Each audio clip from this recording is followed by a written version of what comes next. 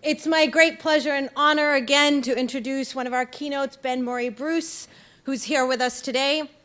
He is the CEO and started Silverbird Group, which is now a conglomerate with 3 radio stations in Nigeria, a TV network, a pageant, and a chain of movie theaters. So everything you can think of in media, essentially. He has served as executive director for the Black Music Association of America with Quincy Jones, Dick Griffey, Stevie Wonder. He's also served as the executive director for the Coalition for a Free Africa with the late president of Mozambique and Reverend Jesse Jackson. He was on the board of the National Arts Theatre Management, the Federal Film Censors Board, the board of the Nigerian Film Corporation. I could go on boards. Clearly, we're very, very pleased to have him here. Can you please join me in giving him a very warm welcome?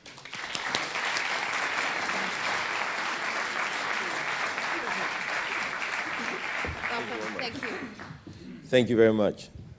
Let me say it's a great honor to be here today as we talk about media and entertainment in Africa. I'm honored because my company is 30 years old. 30 years old in the media, entertainment, and the property space in Nigeria. I pride myself in trying to be a pioneer in many ways. When I graduated from the University of Southern California in 1980, I went back to Africa, Nigeria, the very next day. I was convinced that Africa was my future. And I had no future being here. I had to develop my country, myself, and make a living for me and my family. When I went back, I started off as a concert promoter, and it was a lot of fun. And I'm going to draw a correlation between military juntas and democratic government. Between 1980 and 1983, there was a civilian rule in Nigeria, and I had a great time, and my company grew incredibly fast. December 31st, 1983, the military struck, overthrew the government, and I stopped doing concerts, stopped doing shows. If you remember at that time, Fela Aníkúlápó Kuti, the most famous export from Africa, was thrown in prison because he had 1,600 pounds in his pocket as he went through the airport in Nigeria. That was the dumbest thing a country could ever do to the greatest export from Africa. At that time, I was chairman of executive director for the Black Music Association for Africa. My job was to bring in the Jacksons and raise a lot of money for Africa, just like what Michael Jackson and Stevie Wonder had done for We Are the World. When it happened, I got a call from Washington, and they said to me, why would we come to Africa if you put the most famous African in prison for 1,600 pounds? It was a question I could not answer, and one that haunts me to this day. A second event I got involved in that really bothered me was when I tried to do the Miss World pageant in Nigeria many years ago. There was a riot in Kaduna, and 200 people died. I felt very bad about that, and we lost the right to do that show. And I say to myself, if we cannot look after 18-year-old girls from 100 countries, what right do we have to talk about tourism in Africa? We have a fundamental problem. The problem goes deeper than putting Fela in prison or having the Miss World pageant, which I was organizing, and I get kicked out of Nigeria. The biggest problem we have is when I listen to the speakers talk about the population of Africa, 1 billion people, 21 democracies, there's a loud count, 8 semi-democratic, the rest you know. There's a relationship. There's a relationship between growth, development in media and entertainment and democracy. The least democratic you are, the less likely you have media. Media survives in a democratic environment. If you're not democratic by nature, the media cannot survive. And if the media cannot survive, entertainment cannot survive, because you need the media to promote the entertainers. But we have 2 things in Africa. We have the very rich, and we have the very poor. It's okay to be rich because you can bring investments, you can talk about trade, you can talk about all the great things about life. But to have the poor is good and bad. The greatest athletes in the world are usually very poor. The greatest musicians are usually very poor. Nobody in this room is likely to win an Emmy Award or a Grammy Award. That is a fact. The guy to win the Grammy and the Emmy is in the ghetto. He will dictate how you dance. She will dictate how you dress in the ghetto. The man you look down upon is the one that will tell you what fashion you will have tomorrow morning. And that is the irony of life. And we have both of them in Africa. But the problem we have is, how do we now take advantage of the rich with the talent and education, taking advantage of the poor who will determine a social lifestyle for years to come? That is the fundamental problem. I hear speaker after speaker talk about the population. Yes, 1 billion people. Yes, 75% under the age of 35. But 75% under the age of 35 having access to making bombs on the internet, having access to AK-47, having access to small arms from Libya and Egypt and Tunisia, having the rights to blow your brains out because you didn't pay school fees when he needed to go to school, then you have a fundamental problem. That is the problem we have in Africa. It's okay to talk about the population, but we don't have a population control mechanism. We cannot control babies making babies. We do not have enough money to have schools available for these kids. We don't have enough money for social welfare system for these kids. We don't have enough money to keep them alive. But they have enough time to make guns and bombs to take you out. And when you go back, depending on where you go, you will need a bulletproof car. You will need high wire fences in your houses. That is the truth. If you don't, you die. For sure you die. That is the fact. So I urge you today, great institute of learning. You go back to Africa and you want to make a difference. Great ideas. I agree. You're right. But when you go back, you must understand the fundamental issue. You must all get involved in politics. I got involved in politics at an early age. In America, not Nigeria, because I wanted to understand the difference between American politics and African politics. The first time I heard a candidate speak was 1976. I was a student at Iowa State University. I went to 3 universities to get 1 degree. I loved moving around. I was at Iowa State, and Gerald Ford came to speak in 1976. Remember, I was in Iowa. He got up on the podium and he said, "I am happy to be in Ohio." And I said, this guy couldn't win an election. He didn't know where he was. And life went on.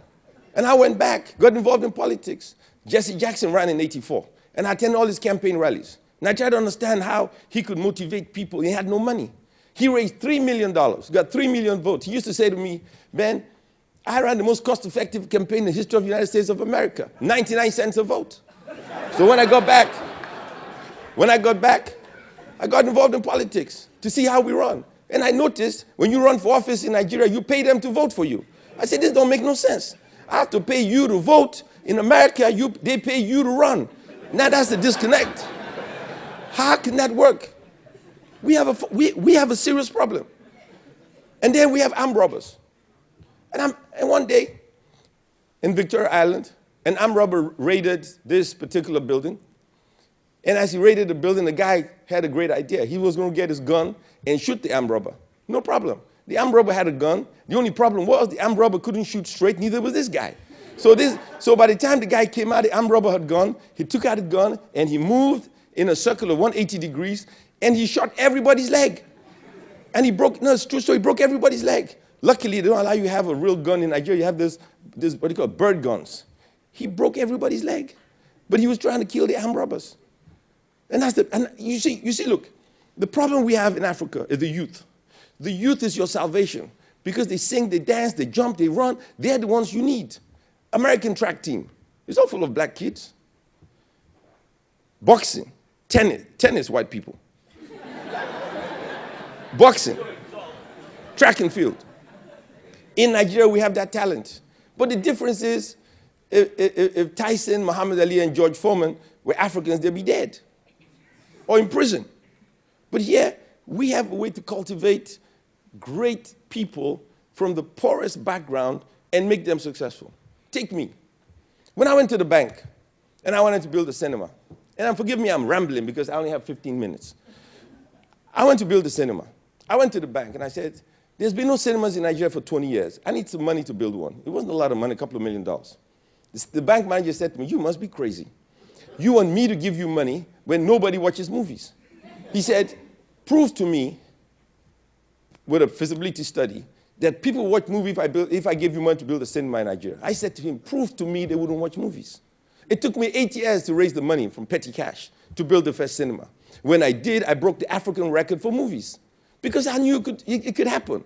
A lot of you deal with business with gut instincts. You can't prove it will work, but common sense tells you if it works in America, works in Europe, works in Asia, surely it will work in Nigeria. Surely it will work in Africa.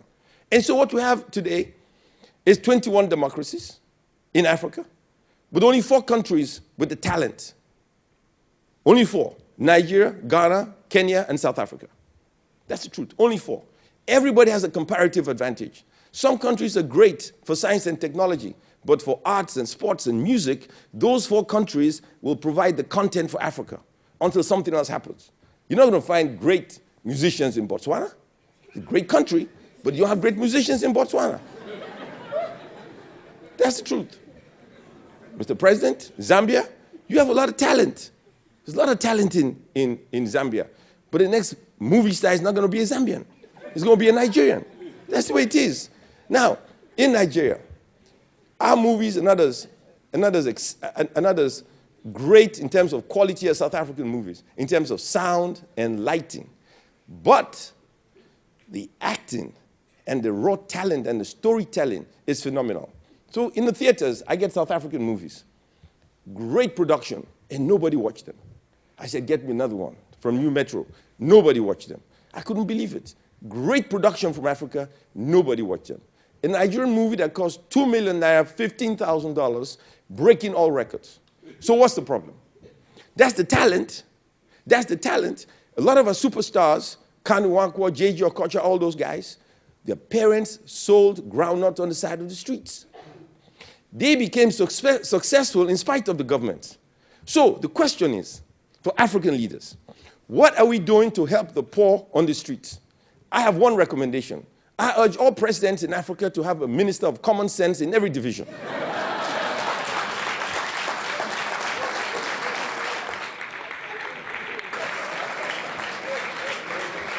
The minister of common sense, his job is to look at a 20-year program. You say to yourself, I want to build a road. No problem. Send that project to the minister of common sense and let him tell you what will happen 20 years from today, regardless of who is president of the country. The minister of common sense will ensure that if we need to bring in, we need a project where we don't have any skills, and we need to bring in 200 Japanese 5 years from today, we will send in 200 Nigerians to Japan and get the training and come back and do the job because we would have planned. That's the idea of having a minister of common sense. The problem is we're in a hurry. I agree, we're in a hurry. It's right. It's right to be in a hurry. But we're in a hurry, and sometimes we miss the boat. We must be in a hurry, but we also must have a plan. And the plan is to develop our people. Our people are unemployed, have no jobs, have no money. And you have no jobs, you have no money, you will carry a gun. That's the problem. Boko Haram. People blowing up people in Nigeria, taking people out. It's not funny. They take you out. They stand in front of you, you die, they die. They don't care if you went to MIT, you're going to die. For you to live, he has to live. Now you have to understand, it's not for you to decide, oh, I'm going to drive a Rolls Royce, I'm going to go to a great institution, I'm going to come up with this great program, I'm going to be rich, but this guy will not go to school. It's not going to happen. For you to live, he must live. If he doesn't live, you die. You might as well stay in Boston. That is a fact. In South Africa, not too long ago, in the black neighborhoods, they went after the Nigerians and everybody else because they had no jobs. In Nigeria, they're killing us because they have no jobs. What is the argument? Western education is a sin. Think about it for a minute. They went to school, could not get jobs, and they're saying, if I went to school and the state cannot give me a job, you have no right to live. Why should I go to school? You can't argue with those statistical facts. Yes, Africa is great. Yes, we have natural resources. Yes, we have talent. But the population explosion is detrimental to your survival. We do not have a population control policy. You must have a population control policy. You have babies all over the place. 1 man, 5 wives, 50 children. What sense does it make? You can't feed yourself and 1 wife and 1 child, can't put them in school. The state has no money, and yet you have 50 kids. The other day I read GQ magazine, And I saw Nigeria was in GQ magazine. They had a category of top 10 of something. And I was embarrassed. We qualified Nigeria in GQ magazine. It was about sex. I said, why? We didn't go to the moon. We didn't develop any product. But we are there for sex. They said we were the most prolific lovers in the world. Now you understand. Entertainment. Now, let me ask you a question. I built a radio station, TV station, cinemas. You have a 16-year-old girl, a 16-year-old guy. Where did they go on their first date?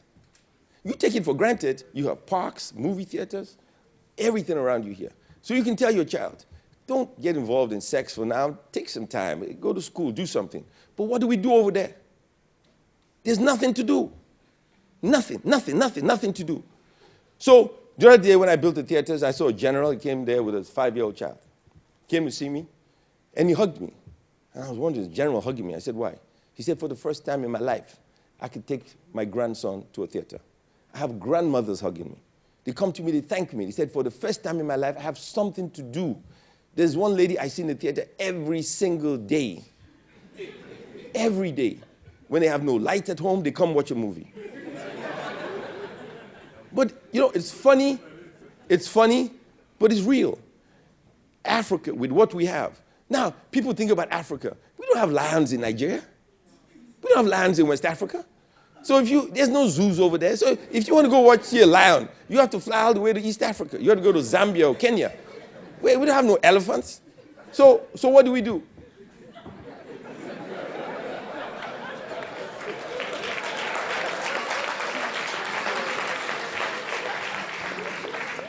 So we have this stereotype. It makes no sense. Now, if the Minister of Common Sense will say, Mr. President, this is what we're going to do 20 years from today. It sounds comical, but it's a serious problem. This is what we're going to do 20 years from today. We will have a plan. We're not trying to go to the moon. Let's forget that. It's not going to happen. Okay? Let's leave that to the Americans and to the Chinese. We're going to Mars. Let's talk about basic elementary stuff like staying alive. Okay? So a lot of you in MIT on that program, you need to stay here for a little bit longer. We need guys in agriculture. I said I got 2 minutes to go. We need guys. We need to deal with the very, very basics about life. Just the very basics life. But very important, population control is job one. We need to control our population growth. Saying we're going to be 2 billion in 20 years, we need to leave Africa if that's going to happen, because we're going to be in big trouble.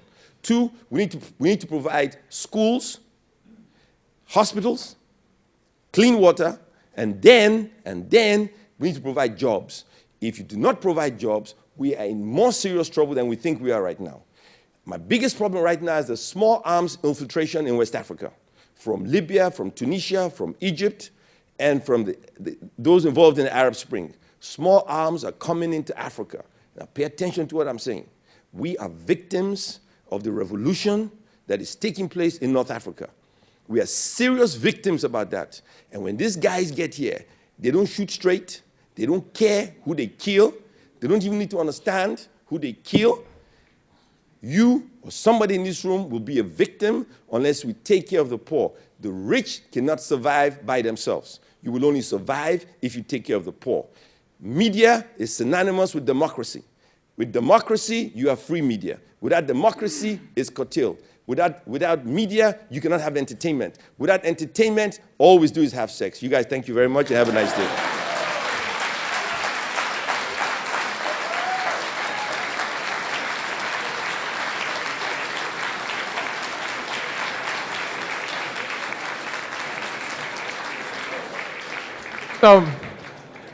Let's thank Mr. Bruce for such a great, exciting speech. We're going to have time for about two questions.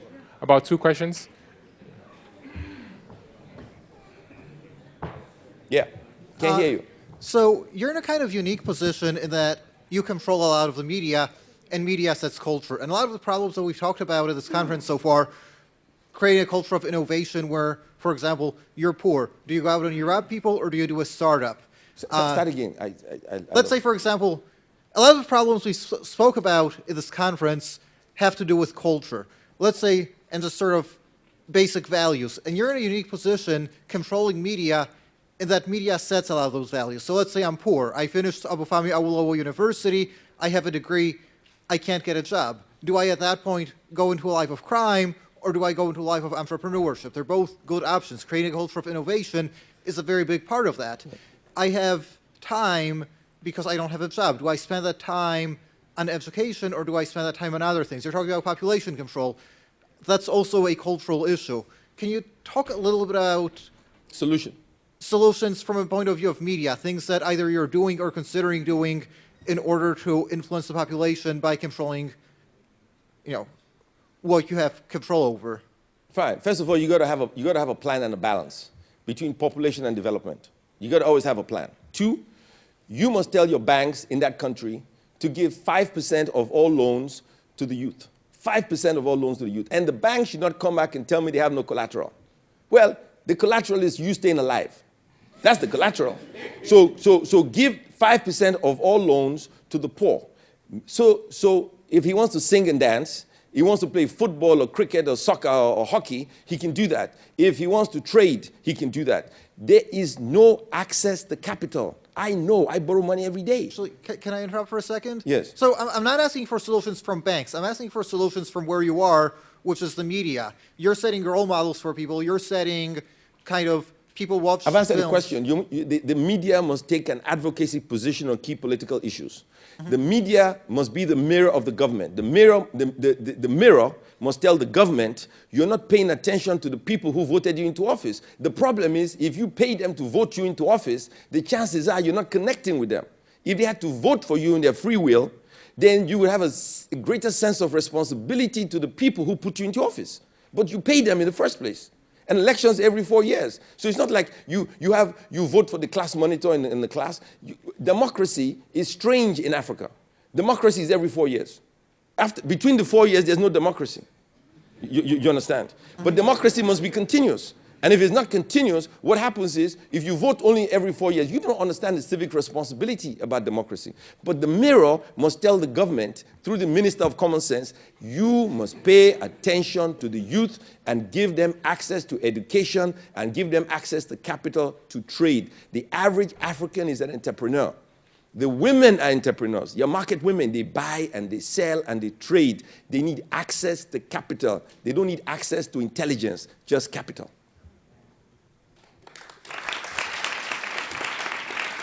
Yeah, hello, my name is Martin Bai. I'm a graduate of MIT and a serial entrepreneur.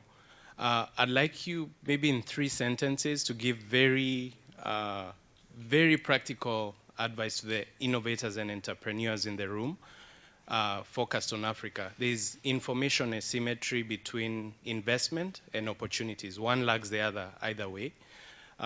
So I'm an advisor for an outfit here, MIT AITI, which focuses on social capital. I'm a director and co-founder of a 2-year-old startup, MIT Incubated Nairobi Capital, which is focusing on working capital. And more recently, I'm part of a team internally incubated within a firm called Dalberg, so Dalberg Research, where we are focused on addressing that information asymmetry. So Kenya has been mentioned here by every single speaker. I just flew out of Kenya 2 days ago. When you have investment, it's not chasing opportunities there. And I love everything you said, because you are very practical. You need to be on the ground. You need to make things happen. So very precise, practical information to the innovators here, who ultimately will be faced with that reality, that investment and information lag each other. So how do you just go out there and make things happen? And maybe reflecting the president's remarks and the remarks of all the other speakers and the team that was here earlier on. Okay, so then let me ask you a question. Are we creating anything, or we are copying something? In this, when we go to Africa, creating what? Are we creating, or we are copying? Okay. Everything that's been invented is already invented. Correct. It's copy. Correct. You are copying something, right? Correct. So if I copy something, yes, I want to set up my Facebook. I want to do anything in business. I want to build a cinema. It's not an original invention. It's common sense, right? Yes. So I go to a bank. The guy in the bank who is to fund this simple idea doesn't know anything about media and entertainment. See, that's the first problem you have. In Africa, how many banks, all combined all over Africa, understand the media space, understand the entertainment space? They don't understand it. They don't have, in Nigeria, they have nobody who understands the industry, maybe except Nexim Bank. None. No bank. Okay, so you walk in there to raise money for a great idea. The man you're talking to doesn't know what you're talking about. That's the first problem you have. Okay, that's one. Two, the regulatory authorities do not set up the bank in such a way that he can take a risk in raising money for your new idea, which is a copycat idea in the first place. Which means he, if he had any common sense, would know that this works in New York, this works in Boston, this works everywhere else in the world. So why would he deprive you of the resources to make a living? You understand? Yeah. So the fundamental issue is one with the government, where they pay no attention to 75% of the people they govern. Two, the bankers, who only recycle wealth among the traders who only import rice and cement and sugar.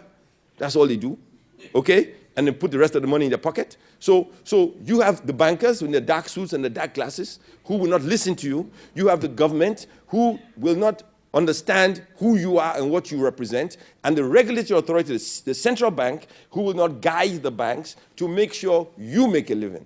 So that is why I said, before you think of inventing anything, get involved in politics.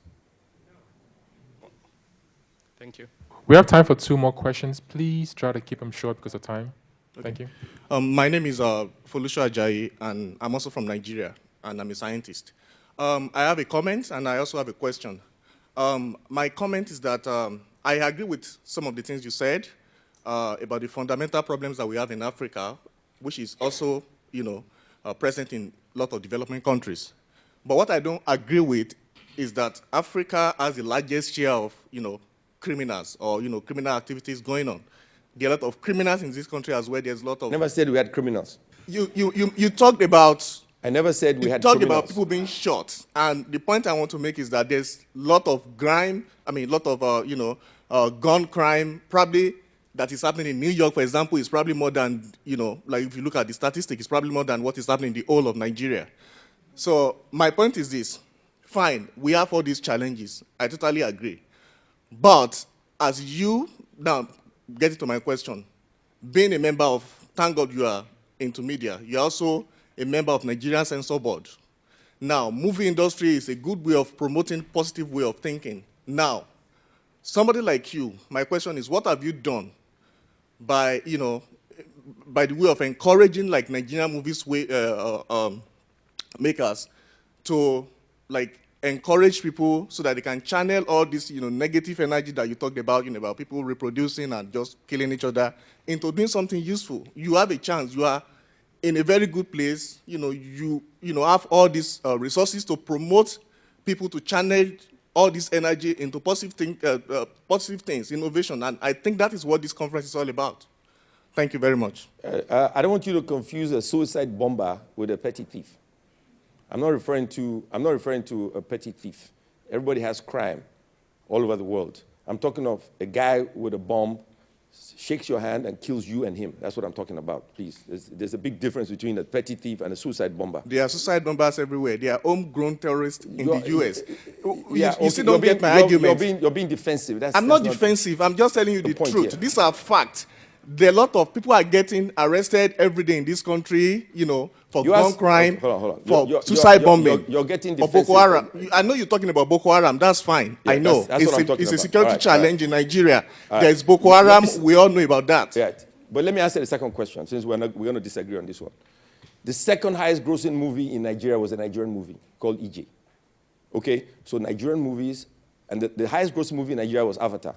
The second highest grossing movie in Nigeria was EJ. Nigerian movies are doing as well as Hollywood movies right now.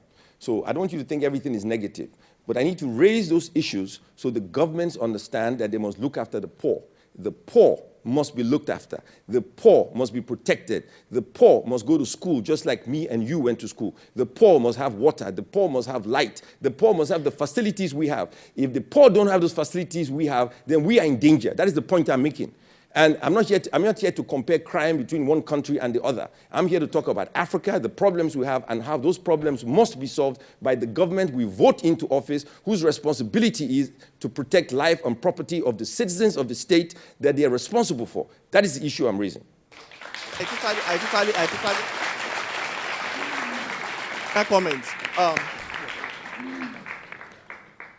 My comment is this. Thank God you mentioned EJ, and I'm so proud that you have a movie that is EJ. But what I would just like to let you know is that it's going to be great if somebody like you can promote more movies like that, so that people will, the impression about Africa is so one-sided. It's all about negative things. I watch CNN, I watch all these major networks, and 90% of the time, what you hear about are farming, civil war, and everything. There are a lot of good things going on in Africa as well. There is mobile communication revolution. There are a lot of things that are going on. So just be fair and balanced in your conclusion about Africa. That's my point. Thank you. Yeah. But to conclude on a positive note, I'll try to ask you an easy question. My name is Frank Kosaki. I'm the director of a documentary called This is Nollywood. I'm the co-founder of the Nollywood Workshops. And I was electrified by your speech, and I would like to ask you if, in your position, you think you can help Nollywood, because I think it's an industry that is an incredibly untapped opportunity to engage civil society and to inspire young people who now you can grow up in Nigeria and have these incredible job opportunities that never existed before. You can work in a creative industry. I think you're in a position to really help this industry flourishing, and I was wondering if you have some specific ideas, and also looking forward to the panel. So you have a great position. Thank you. Thank you. Nollywood survived. I think I need to clarify, because the gentleman here, I think he missed what I was trying to say. Nollywood survived in spite of government. That's the point I'm making. In spite of government. Imagine what would happen to Nollywood if it had financial support from government. Imagine what will happen to sports if it had financial support from African governments. Imagine what will happen to all of Africa if we paid attention to the poor people that will determine how we sing and dance tomorrow morning. That is the point I'm making. So yes, the government must create a fund available at 0% interest to the poor at 5%. 5% of all loans all over Africa, every bank should be given to this sector of the economy. If they did that, after all, some of these people wear $1 million watches. So sell the watches and make the money available so that we can develop the industry. Thank you very much.